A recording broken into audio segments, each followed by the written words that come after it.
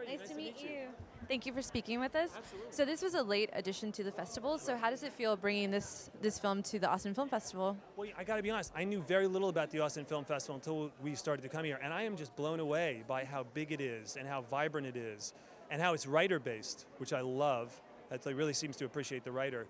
And so I feel it's a great place to show the film. We've only shown the film a handful of times, so tonight's like maybe the third or fourth time we've really shown this version of it. So. And then can you talk about where this idea came from for the story and what it was like working with Denzel and Colin Farrell? Sure. So I remember the 1960s, and as a kid, I was like 10, and when you would turn on the news, there were like millions of people protesting out for everything: women's rights, civil rights, ending the war. And there's this real spirit of like people were involved. And then over the decades, it just sort of dissipated and went away. And people have to get lives and they move on. And I was always interested in the idea of like, what about the people who never left that? You know, what about the people who like for 30 or 40 years just always stayed that way?